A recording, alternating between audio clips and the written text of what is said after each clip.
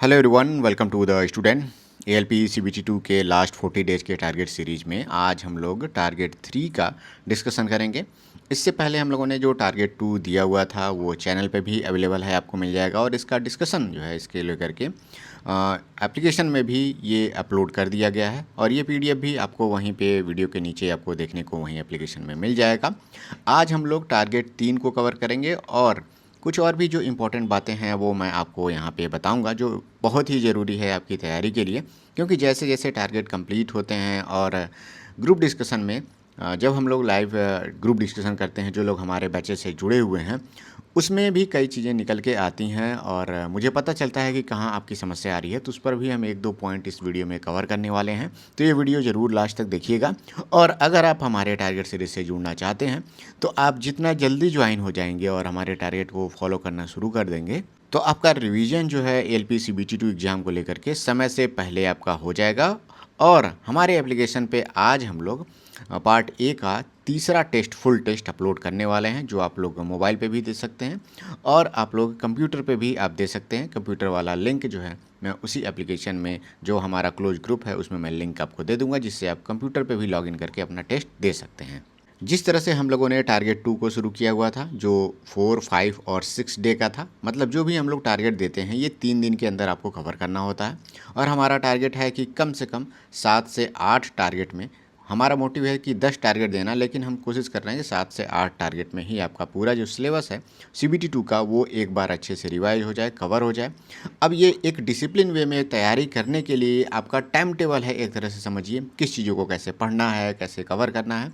पिछला वीडियो हम लोगों ने बनाया हुआ था कि इलेक्ट्रीशियन के 25 जो इंपॉर्टेंट टॉपिक हैं उसको आपको पढ़ लेना चाहिए, जिनका भी इलेक्ट्रीशियन ट्रेड है, तो वो वीडियो भी आप जा करके देख लीजिएगा।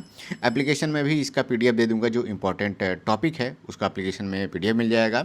और इसी को आपको चाहे आप बुक से पढ़िए चाहे बैचेस से पढ़िए, कम से कम इतना पढ़ लेना है। क्योंकि उसको मैंने पिछले पेपरों से 4-5 पेपरों को अच्छे से कवर किया, देखा कि किस टॉपिक से रिलेटेड क्वेश्चन आ रहा है और कितना कितना कम से कम ये कर लें तो आपका जो ट्रेड पेपर है इलेक्ट्रीशियन का वो आसानी से निकल जाएगा। तो वो भी आप वीडियो ज़रूर देखिएगा।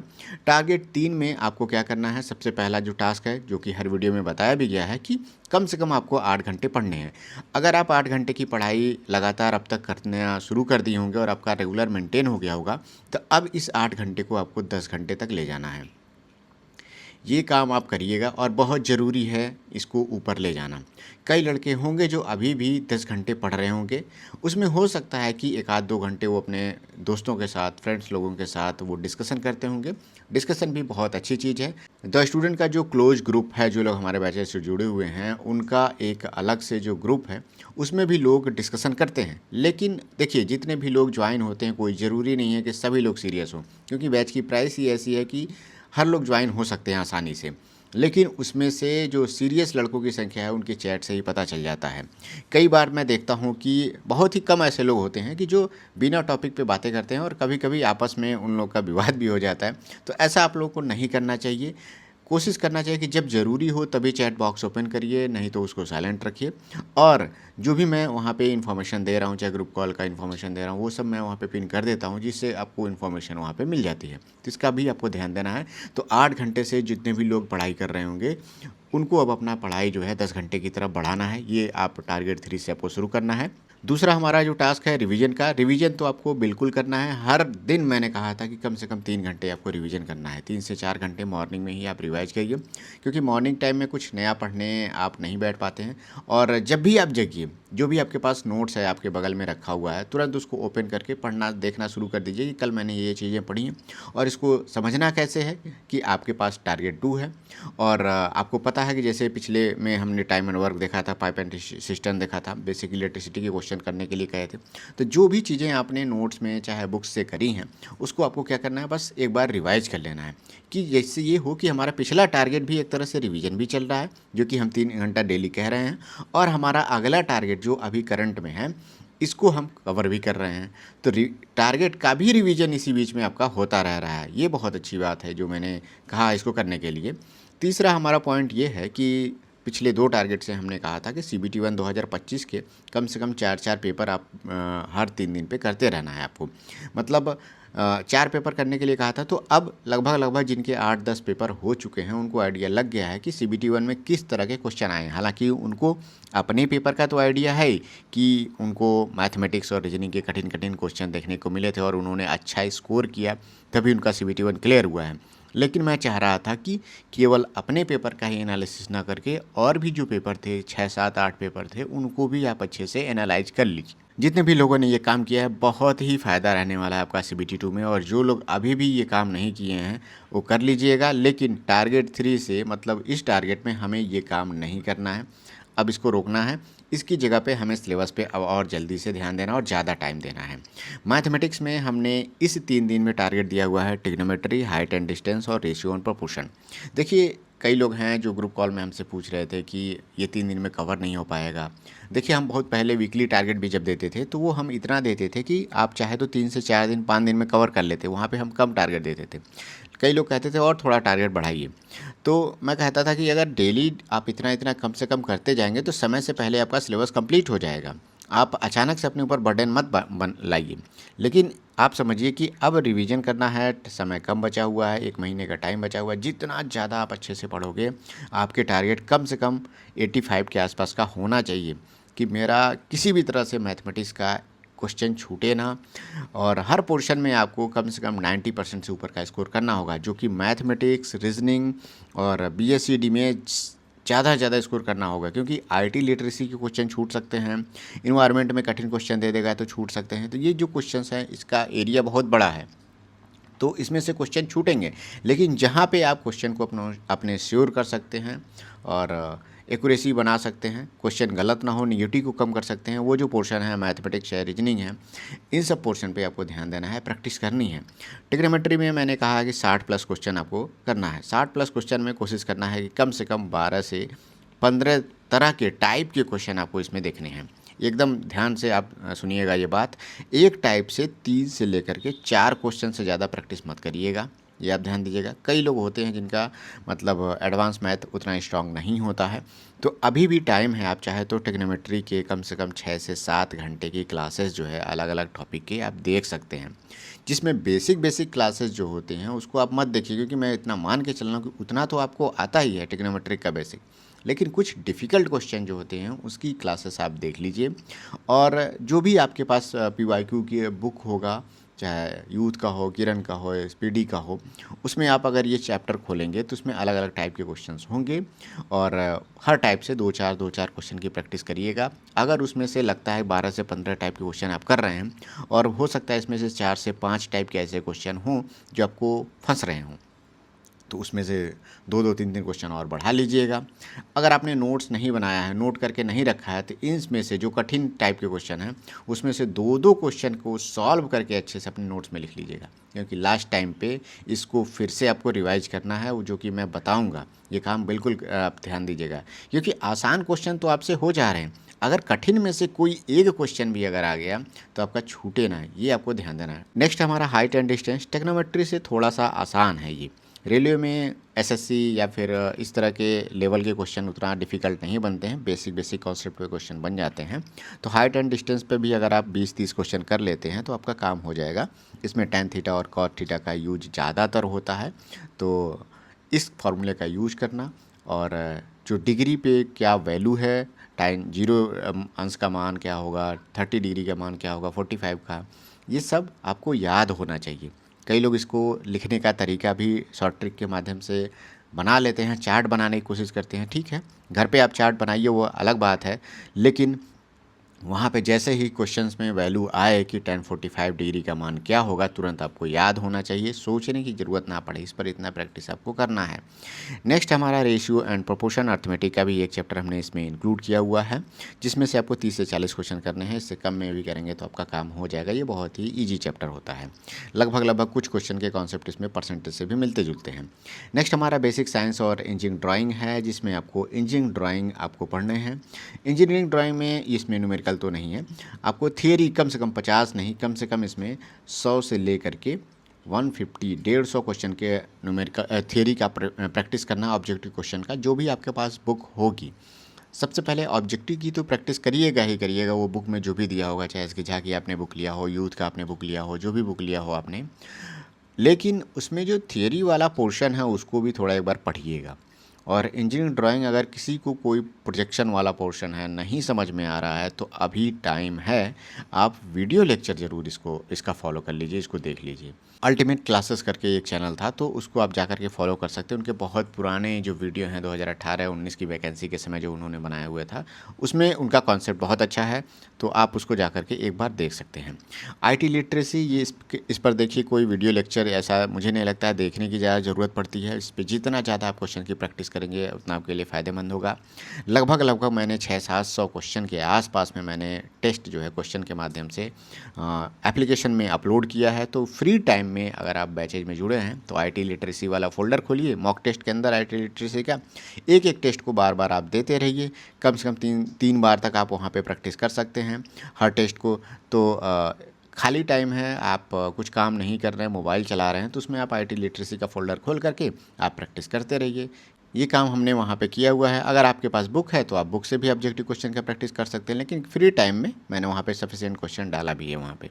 नेक्स्ट हमारा इन्वायरमेंट है। इन्वायरमेंट का भी एरिया बहुत ज़्यादा है। इन्वायरमेंट का भी अगर आपके पास बुक है, क्वेश्चन बैंक है, तो बहुत अच्छी बात है। इसको पीडीएफ के माध्यम से भी पढ़ लिया करिए, अलग अलग पीडीएफ जहाँ से भी मिलता है पढ़ लीजिए। इन्वायरमेंट पे भी हमने बहुत सारे क्वेश्चन जो है एप्लीकेशन में अपलोड किए हुए हैं, वहाँ पे भी आप प्रैक्टिस कर लीजिए। 500-600 से ज़्यादा मुझे लगता है क्वेश्चन वहाँ पे है, और टेस्ट के माध्यम से उसको दीजिए। 2-2 3-3 बार आप चाहे तो उसको दे सकते हैं। ट्रेड में हमने कहा था, पहले टारगेट में भी 2 चैप्टर कहा था करने के लिए, दूसरे में भी 2 चैप्टर, और तीसरे में भी हम 2 चैप्टर करने को कह रहे हैं। कई लोग मुझसे ये कह रहे हैं कि इसमें आप चैप्टर का नाम बता दीजिए। देखिए, हर स्टूडेंट का जो पढ़ने का स्टैंडर्ड है अलग अलग है, और अपने अपने ट्रेड में मैंने पहले ही वीडियो में बताया हुआ था कि आप अपने जो भी चैप्टर्स हैं उसकी लिस्ट बनाइए, और ऊपर से आप सीक्वेंस में लिख लीजिए, चाहे उस चैप्टर के सामने लिख लीजिए कि पहले नंबर पे मैं इसको पढ़ूंगा, दूसरे नंबर पे इसको पढ़ूंगा, तीसरे नंबर पे इसको पढ़ूंगा, चौथे पे इसको पढ़ूंगा। मतलब ये आपके सहूलियत के हिसाब से कि कौन सा चैप्टर आपके लिए ईजी है, बहुत अच्छे से समझ में आता है, इसको मैंने पहले से पढ़ा हुआ है। या फिर वीडियो लेक्चर अगर आप देख रहे हैं, किसी का बैच लिया हुआ है आपने, तो किस किस चैप्टर की शुरुआत पहले आपको करनी चाहिए। अगर आप प्रीवियस ईयर क्वेश्चंस कम से कम एक बार देखे हुए हैं, 3-4 सेट आपने देखा है, तो उससे भी आपको अंदाज़ा लग जाता है कि किस क्वेश्चन से कौन सा क्वेश्चन किस टॉपिक से आ रहा है, तो पहले उसको पढ़ लेना चाहिए। और ये ईजी है, इस टॉपिक से क्वेश्चन आएगा तो मैं कम पढ़ने में भी इसको कर लूँगा। केवल पेपर में आपको 27 नंबर लाने हैं, तो आपकी तैयारी, आपका स्ट्रेटजी बहुत ही मतलब अच्छा होना चाहिए। आप कम मेहनत में भी 27 नंबर बहुत आसानी से ला सकते हैं, और अभी भी समय है, आप इसमें ला सकते हैं। यही तो मैंने बताया कि बहुत सारे लड़के जब कह रहे थे तो मैंने 4-5 पेपर को बहुत अच्छे से देखा, और इलेक्ट्रीशियन में मैंने ये वीडियो भी बनाया है इसका। जो लोग नहीं देखें आप जा करके ज़रूर देख लीजिए, यूट्यूब पे भी अवेलेबल है, लिंक मैं नीचे दे दे रहा हूँ। तो मैंने ये जो सारे टॉपिक लिखे हैं, ये काम आपको खुद करना चाहिए। 4-5 पेपर अगर आप देखेंगे तो ये ज़्यादा मेहनत का काम नहीं है। 1 से 2 घंटे या 3 घंटे में आप क्वेश्चन देखा, आप समझ गए इस चैप्टर से है, टॉपिक से है, और एक बार जब आप लिखते हैं फिर अगले पेपर में देखते हैं, फिर उसी टाइप का एक क्वेश्चन आ जाता है, तो उस पर क्या करिए, उस टॉपिक पे 2 बार मार्क कर लीजिए कि इस टॉपिक से 2 सेट में 2 क्वेश्चन आ चुका है। तो ऐसे में क्या होगा कि आपके पास एक 25-30 टॉपिक का, चैप्टर का तो छोड़िए, टॉपिक का एक लिस्ट बन जाता है कि इससे क्वेश्चन पूछा जा रहा है, और इससे आसान क्वेश्चन बन रहा है, इससे डिफ़िकल्ट क्वेश्चन बन रहा है। तो जो आसान क्वेश्चन जिससे बन रहा है पहले मैं उसको कवर कर लेता हूँ, क्योंकि मुझे टॉप तो इसमें करना नहीं है। तो 27-30 नंबर लाने का जो स्ट्रेटजी है बहुत ही डिफ़िकल्ट नहीं है, ये काम आप करिए। कोई भी अगर आपका ट्रेड है, फीटर है, डीजल मैकेनिक है, ये काम आपको करना चाहिए। इलेक्ट्रीशियन वाले लोगों के लिए तो मैंने 25 दे दिया हुआ है, मेरा खुद का ट्रेड था इलेक्ट्रीशियन, तो मैं इस पर अच्छे से आपको गाइड कर पाता हूँ, और मैं कोशिश कर रहा हूँ कि 15-20 टॉपिक और दे दूँ एक वीडियो और बना करके। तो कम से कम उतना तो पढ़ लीजिए, पेपर आपका निकल जाएगा। डे 9 में आपको काम क्या करना है, 7, 8 और 9 का हमारा टारगेट है ये। इसमें डे 9 में आपको मॉक टेस्ट देना है, जिस भी प्लेटफॉर्म से आपने मॉक टेस्ट लिया है आप दीजिए। आज हमारा डे 6 का, कल ही हमारा टारगेट, ये वीडियो अपलोड हो जाना चाहिए था। तो तीसरा हमारा जो टेस्ट है, टेस्ट 1 और टेस्ट 2 मैंने पहले ही अपलोड कर दिया हुआ है एप्लीकेशन पे। पार्ट ए का फुल टेस्ट मैं एकदम बैलेंस तरीके से अपने देख करके बहुत अच्छे से मैं बनाता हूँ उसको। आप अगर आपने वो बैचेज नहीं ज्वाइन किया है तो आप जा कर के ज्वाइन करके वो टेस्ट दे सकते हैं। देखिए मैं 50-60 टेस्ट तो नहीं दे पाऊँगा, लेकिन जितना हो सकता है मैं उतने प्राइस में आपको बेहतर से बेहतर गाइड करने की कोशिश करता हूँ। टेस्ट जो मुझसे हो सकता है खुद बनाते हैं और बैलेंस तरीके से पेपर को डिज़ाइन करते हैं, प्रीवियस ईयर क्वेश्चन को ध्यान में रखते हुए और उसी लेवल को मेंटेन करने की कोशिश करते हैं। कुछ क्वेश्चन को थोड़ा सा कठिन भी देते हैं। तो ये सब बैलेंस करना जो है एक पेपर बनाने में टाइम लगता है, तो इसीलिए मैं बहुत ज़्यादा टेस्ट की मतलब गारंटी नहीं देता हूँ, लेकिन कोशिश कर रहा हूँ कि एग्ज़ाम से पहले 3 तो हो गए हैं, 3-4 और दे दूँ और आपका कम से कम मेरे लेवल से जो गाइडेंस है वो आपका पूरा हो जाए। तो पार्ट ए का टेस्ट आज अभी जो है इस वीडियो के बाद अपलोड हो जाएगा एप्लीकेशन में, उसको आप ज़रूर आप जा कर के दीजिएगा, उसके एनालिसिस करिएगा।